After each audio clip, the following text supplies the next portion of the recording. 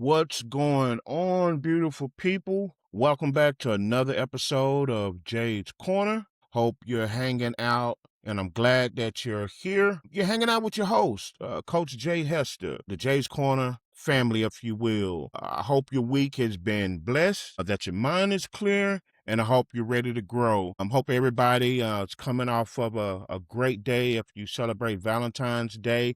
Hopefully you guys was able to check out my last episode, Why 50-50 Relationships Fail, Valentine's Day reality check. If you haven't checked that out already, you can find that wherever you listen to your podcasts at.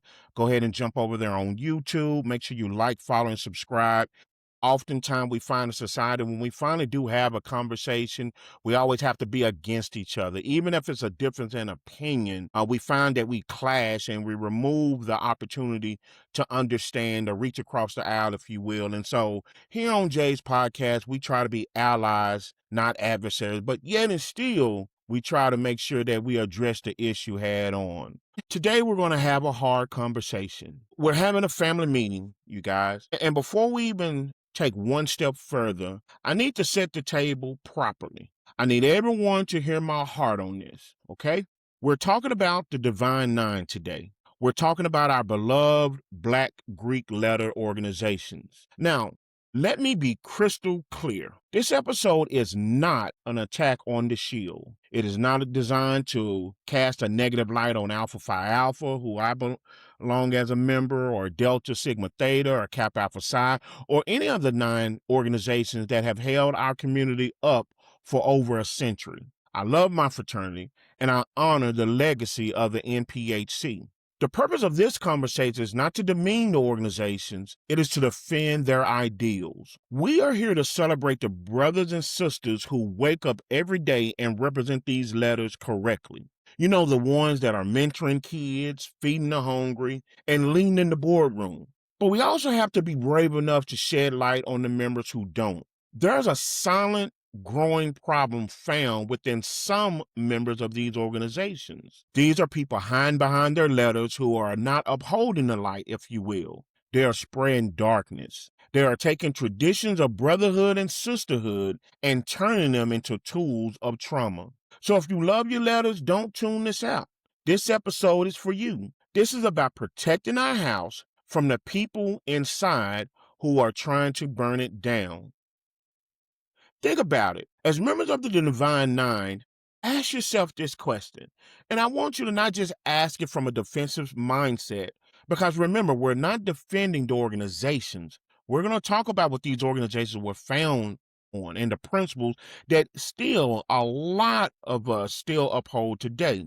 But as true leaders and pioneers of these organizations and members of the Divine Nine, we have to be able to ask ourselves the hard questions, just like our forefathers and our foremothers did, in order that these organizations can continue to grow and thrive and be the organization that our forefathers and foremothers actually intended to be. So as members of this Divine Nine, I want you to ask yourself this question, not only now and throughout this episode, but take this question back to your prospective members and your chapters and your chapter meetings, and let's have a robust, ongoing conversation. Here's the question that I pose. Are we okay with asking young men and women to risk dying just to belong as a member of our prospective organizations? Because that's literally what some of our young men and women are doing at the hands of those who have lost their way, those who have skewed what these organizations stand for,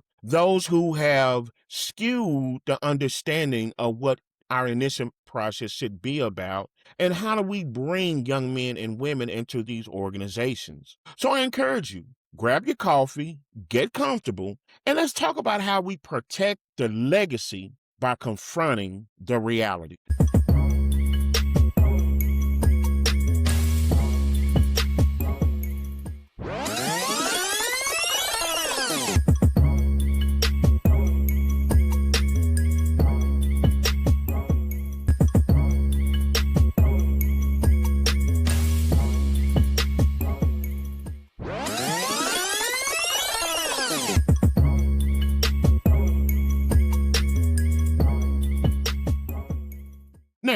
Before we get started, as we're talking today, let's talk about the legacy. Let's talk about the Divine Nine Foundation. All too often, when we talk about the negative examples and some of the horror stories, and sometimes the tragic stories that are found by some members in these organizations, I think more often a bad light is shed on the Divine Nine as a whole. But in reality, we really do, individually and collectively, have a strong legacy in which we were founded on, in which we have lived by, in which we are living by today to cast these organizations in a great light so that we can take them on into the future. And so I want to take some time to talk about the legacy of the Divine Nine. Now, to understand why it hurts so much when members go rogue, you have to understand the perfection of what we were founded on, or at least the ideals, the perfect ideals in which we were founded on. We weren't founded to hurt people. We actually were founded to save people. When we talk about the Divine Nine, we are talking about the architects of Black survival and excellence in America. Let's walk through this timeline, if you will. Now, to my Greeks out there, we all know our history. We all know of the other history, but this is more for the outsiders, more than just the facts and figures, if you will, when you hear the Divine Nine and just kind of clump them all together. We won't go into too much detail about these organizations, but I think a brief overview of when we say that term Divine Nine is very important. So let's walk through this timeline. What I want you to do, I want you to hear these dates. And I want you to visualize these campuses, not the way they are now, not these campuses the way you see them now, but I want you to correlate these dates and visualize these campuses along the timelines and the times in which these great organizations were founded. These weren't founded just for parties and strolls. These organizations were founded based on movements. Now, it all started with the Ice Cold Brothers of Alpha Phi Fraternity Incorporated, which I happen to be a member of. Of course, we were founded on December 4th, 1906 at Cornell University in Ithaca, New York.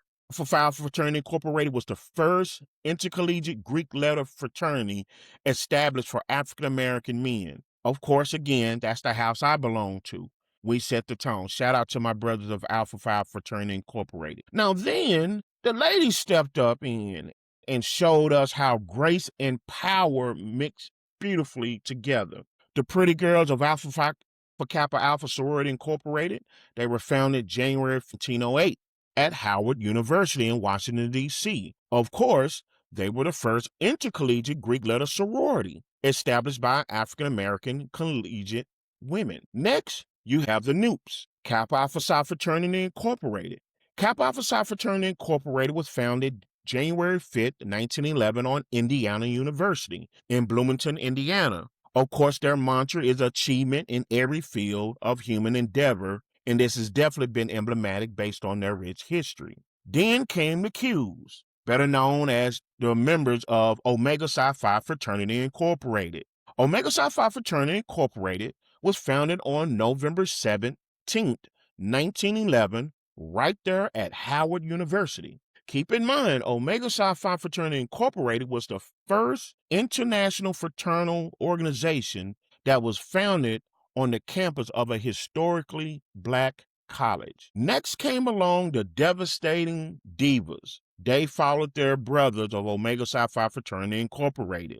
Delta Sigma Theta Sorority Incorporated was founded January 13th, 1913, also at Howard University. Now, these sisters, they didn't just organize, they marched for women's suffrage barely 2 months after they started. Then came the Brothers of Phi Beta Sigma Fraternity Incorporated. Of course, Phi Beta Sigma Fraternity Incorporated was founded on January 1914 at Howard University. Of course, their mantra is culture for service and service for humanity. And then their sisters, known as Final Womanhood, Zeta Phi Beta Sorority Incorporated.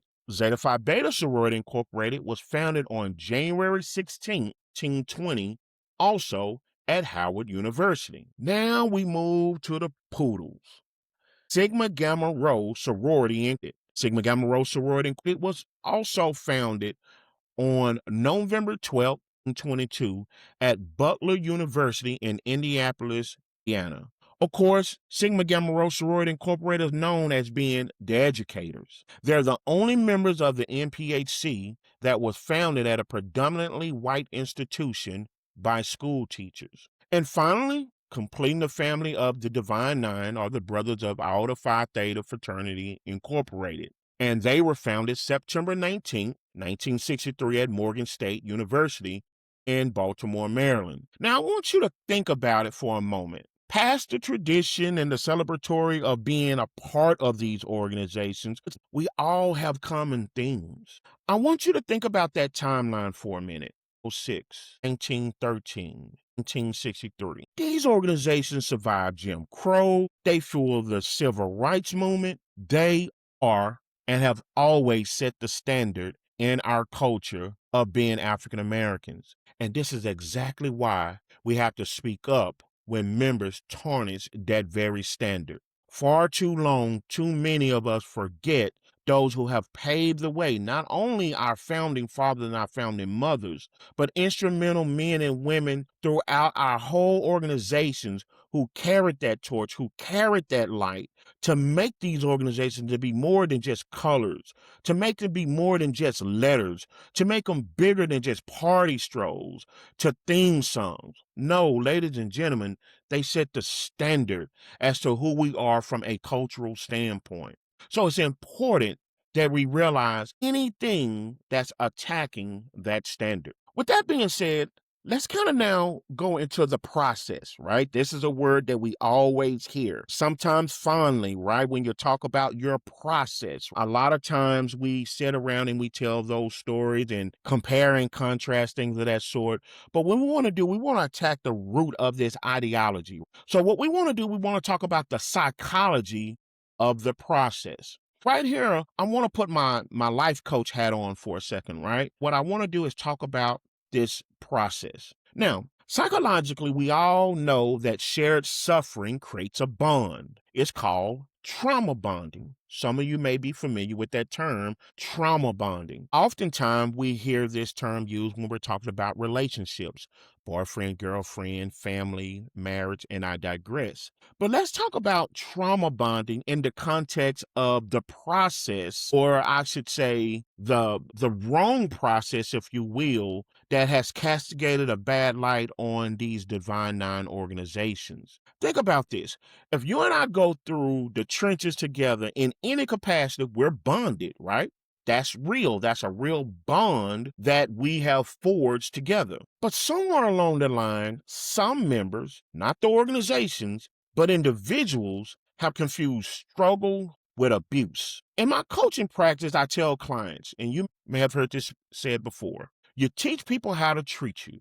Based on my actions, based on my words, based on my boundaries, my foundations, what I allow, what I don't allow, you teach people how to treat you. And collectively, certain factions within our community have taught aspirants, and aspirants is a word that we use for those who don't know, people who are aspiring to be a part of these individual and prospective organizations. Collectively, certain factions within our community have taught aspirants that their value is tied to how much pain they can endure. We have members who have confused humility with humiliation. Let's break that down. Let's look at humility. Humility is understanding you're a part of something bigger than yourself, something that's beautiful, something that's more powerful, that has a bigger meaning, a bigger calling than self. That's what the founders intended. Humiliation is being stripped of your dignity, being belittled, enduring, if you will, made a mockery of. This is what hazers inflict. One builds character, the other destroys the psyche. And the scariest part, let's be honest, we have to have this conversation. The scariest part is that it's a cycle. The abused become the abusers. Those who go through this entity, at least some of them, now become the abusers because their mindset is, I went through it, so you have to go through it. From a psychological standpoint, that's dangerous. It takes all thought, it takes all precaution out, and it takes true intrinsic meaning out of this process, and it just labels it as a mere reactive mindset. I went through it, so you have to go through it. That's not brotherhood, man. That's vengeance. That's unhealed trauma protecting itself onto the next generation. And that continual projection is what we're going to talk about, is where the danger comes in, that is truly marring and hurting all organizations of the Divine Nine. So when we hear these hazing incidents, even if we don't agree with it, even if we didn't partake in it, we can no longer distance ourselves from the conversation and, more importantly, the solution of it. Because again, from a psychological standpoint, this unhealed trauma is becoming like a disease, and it's growing and it's infesting our organization, and it's spreading and it's permeating itself on aspirates coming in and also what we call old heads alike. And if we're not careful, just like any disease, it's going to take over, it's going to conquer, and it's going to destroy that which was meant for good. We're creating soldiers who are loyal out of fear, not brothers who are loyal out of love. It is very important that we have the real conversation. And look, I hear some of us that we're talking, hey, I turned out all right. Well, it's different strokes for different folks, right? But we have to be honest about this conversation, and we have to have this conversation to where we're not minimizing, to where we're not gaslighting, but we're piercing right through the heart and soul of this growing issue, and we have to call it like it is. As I said again, it doesn't castigate and mean that these organizations are bad or they should be neglected or looked upon in a bad way. However, if we're unwilling to have the conversation and some of the tragic realities of some of the things that some of the members of these organizations have done to castigate a bad light on these organizations, then we're just as guilty. And that's something that we have to just face and be honest about. And so, again, that's why here on Jay's Corner, we're having the conversation about this growing issue. Now, here's the thing. This is I would like to say, the uncomfortable part for those who don't necessarily agree with these ideals, don't partake in these ideals, or who have grown for a greater appreciation, such as myself, of these ideals. But what happened when the ideals fail, right? So this part will be called the Michael Davis story. And for those who are familiar with it, may he rest in peace. But I only use this to shed light on a topic, man, that when we hear it on the TV or we read about it on social media or online, we quickly distance ourselves from it. But I think sometimes we have to hold it up in our face. And as I always say, let's get to it to get through it. Let's call this spade a spade so we can clearly understand the problem. Thereby, we can clearly put real solutions on the table to continue to hold up the rich ideals in which our forefathers and foremothers actually created these organizations for. So I want to share this story with you. As I said, this is difficult, but it's necessary. This is what happened when members lose sight of the mission and get lost in a power trip. So, with this being said, let me take you back to 1994, Southeast Missouri State University. There was a young man by the name of Michael Davis. He was 24 years old. He was a journalism student. He wanted to be a member of Kappa Alpha Psi Fraternity Incorporated. And again, keep in mind, we want to make sure that we separate the organization from the members who caused these tragedies. That's very important, that we're not castigating and throwing away an organization because of the ignorance and unfortunate tragic actions of some of the members of these organizations. But Michael wanted to be a Kappa. He wanted to join Kappa Alpha Psi, an organization founded on the principles of achievement. Now, Michael wasn't reckless, he was serious. But the members he encountered, they weren't focused on achievement. They was focused on brutality. On Valentine's Day, 1994, Michael and other pledges were subjected to a severe hazing session. Beating, slapping, canes, body slams. Does that sound like brotherhood in any capacity? Does that sound like sisterhood in any capacity? Michael was hit so hard repeatedly that he collapsed. He suffered broken ribs, a lacerated kidney, and a subdural hematoma, which is bleeding from the brain. A Greek letter organization entry to become part of a greater brotherhood who truly does stand for achievement, suffered broken ribs, a lacerated kidney, and subdural hematoma, bleeding from the brain. And here's where the ideals completely vanished, right? When he passed out, those members didn't call 911. They didn't rush to their brother's help, right? Because after all, this is going to be your brother one day. They drove him home. They put him in bed because they were worried about getting in trouble before they worried about his life. Unfortunately, Michael Davis died.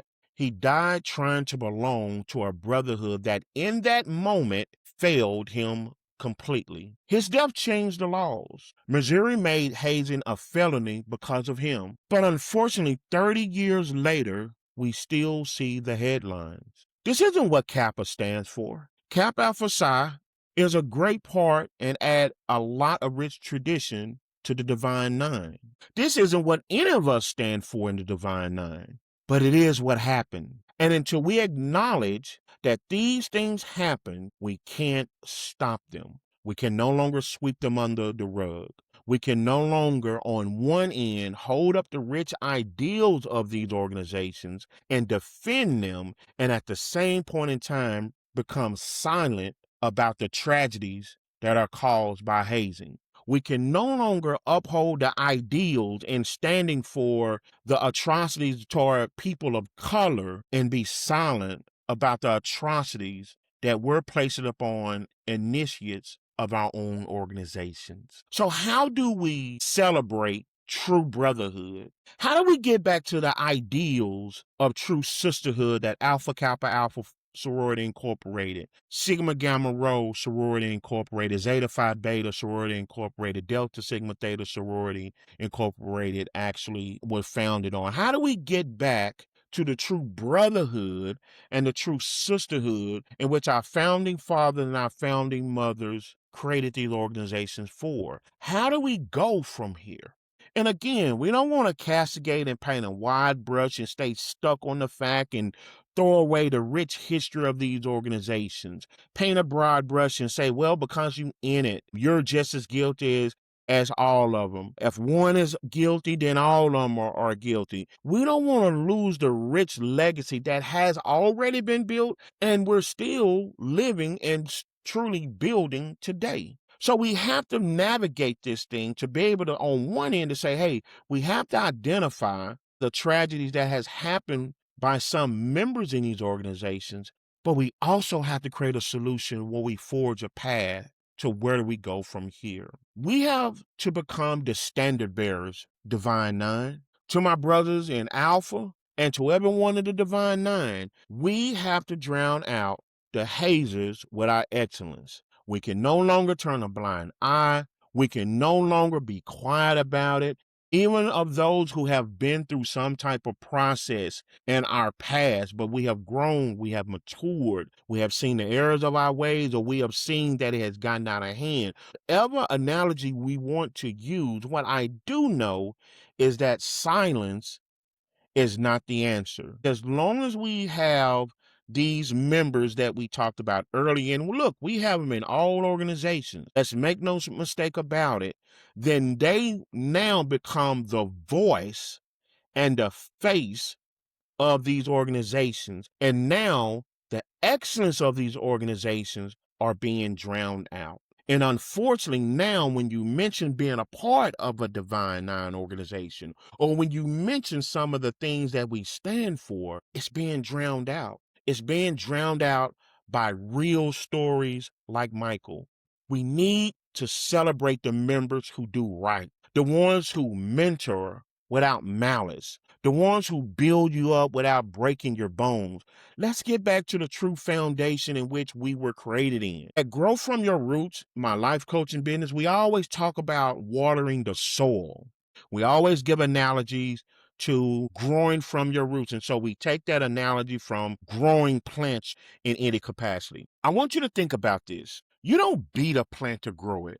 To those who have green thumbs or those who are familiar with any type of garden experience, you don't beat a plant to grow it, right? You don't beat that seed to grow into an apple, an orange. What do? You nurture it. If you are pledging someone right now or know someone that's online, be the member that represents the founders, not the member that represents the felony. And if you're an aspirant, look, know your worth. The true D9 wants your mind, we want your spirit, and we want your service. The false version wants your pain, wants you to endure, wants you to prove your toughness, wants you to prove that you belong. Aspirants, what I need you to do is learn the difference. And that all starts by knowing your worth, knowing your value, and knowing what is it that these organizations need, and if and what you can bring to the table to further exceed the excellence in which these organizations was founded for, not demean them, and in all too many cases, shut them out altogether by chapters being suspended, by charters being snatched, and even in some places not being recognized at all. In one swoop, all of that history is gone. All that history is suppressed. I'm going to say this and make it plain. We already live in a government in 2026 who is attacking our broad history as a people, attacking our broad culture, minimizing it, trying to destroy it altogether, trying to make it disappear, trying to make it as if it doesn't exist, minimizing the suffering, the wrongdoings. I ask and I plead of my Divine Nine members, brothers and sisters, as rich as these organizations were founded on, which we were founded to combat the things that now our government is actually doing, why in the world will we add on to it from within? Why will we take a page out of the books of our oppressors, out of our oppressors in the past and our oppressors right now, and justify it and indoctrinate it into these organizations that were founded on excellence to combat the very struggles and the demeaning of us as a people and as a culture even today? That's not excellence. That's working against the very fabric and foundation in what these organizations were founded about. And so again, we need allies, not adversaries. We need to protect the shield by policing our own ranks. This is not for outside people to police. Yeah, we'll have rules and regulations and law officials and politicians to govern this because that's what they should do when you're talking about taking their life and injuring people. But we have to be mature enough and we have to be bold enough, just like our forefathers of Alpha Phi Fraternity Incorporated, sitting back on Cornell University, a predominantly white college, and forged away and thought outside the box and had the boldness to say, you know what? Since we can't have entry into these organizations here just because of the color of our skin, we're going to have the tenacity to take the responsibility on our own. We're going to take up the work. We're going to take up the daunting task, and we're going to confront this issue face on. And we're not going to leave any stones unturned to make sure that we start a foundation that is truly healthy and one that not only can benefit us, ourselves, but for future generations to grow up on. So we have to get back to protecting the shield of all these organizations across Divine Nine by making sure we're policing our own ranks. How do we do this? By having these conversations, young and old alike, by having these conversations in our chapter meetings, by having these conversations in our conventions, conclaves, but more importantly, what are we doing when we see these things? Right? Are we defending these things in the name of brotherhood and waiting to, unfortunately, if a life is taken or if a life is harmed or if a family have to get out those black holes, all in the name of joining our organizations before we may post a hashtag on social media, or we may say something in our closed closets, or we may separate ourselves. Hey, I'm an alpha. I don't believe in that, but that happened over there. We have to be bold, my brothers and sisters. We have to be bold, just like our forefathers and our foremothers did. And so that policing is an ongoing thing to where we have to take the time. We have to own this conversation, not necessarily by owning the experiences and the tragedies, because I think all to our core, none of us will want this to happen. None of this want our organization to be seen in the lights of some of these stories that we heard of. But we have to be able to police these organizations, Now that we have the fortunate ability to be on the inside of these organizations, and we have a voice that outside people simply do not have. Look, I know this was heavy, but we can't heal what we don't reveal. And so I want to thank you for hanging in there with me. I want to thank you for being a part of this conversation. I just want the Divine Nine to last another 100 years. I want my son, James Jr., to look at these organizations and see the brilliance of 1906, 1908, 1911, all the way to 1963. I want him to see leaders. I don't want to have a conversation with my son talking to him about distinguishing the difference between gang and a Divine Nine organization. I don't want to have that conversation with him. I would much rather have the conversation with him about the ongoing excellence that's found in our rich history, but is also found in our rich history that we're making and creating every day, in hopes that if he ever wants to become a part of one of these Divine Nines, which I'm hoping is Alpha Fraternity Incorporated, but if he does want to become a part of these organizations, he can see himself and the excellence. He can be a part of these brotherhoods without the risk of him losing his life. I want him to understand that these organizations are a part of his life in which he himself can build a even greater platform on, but they do not take over his life and who he is far as his value as a young Black man in America. So let's honor these dates by keeping our members alive and keeping our legacy clean. If you enjoyed this episode, share it. Look, tag a Greek, tag a non-Greek. Let's start the conversation about what true brotherhood and true sisterhood looks like. Let's have this ongoing conversation so that together, individually and collectively, we can drown out and stamp out the hazing that has taken far too many lives, that has ruined far too many lives, that has caused far too much trauma bonding, that has peered over into other aspects of people's lives, and we can get back to the excellence in which these Divine Nine organizations were created for. Look, that's it for today. Follow me on social media. Check out Jay's Corner. You can find me on social media as Coach Jay Hester.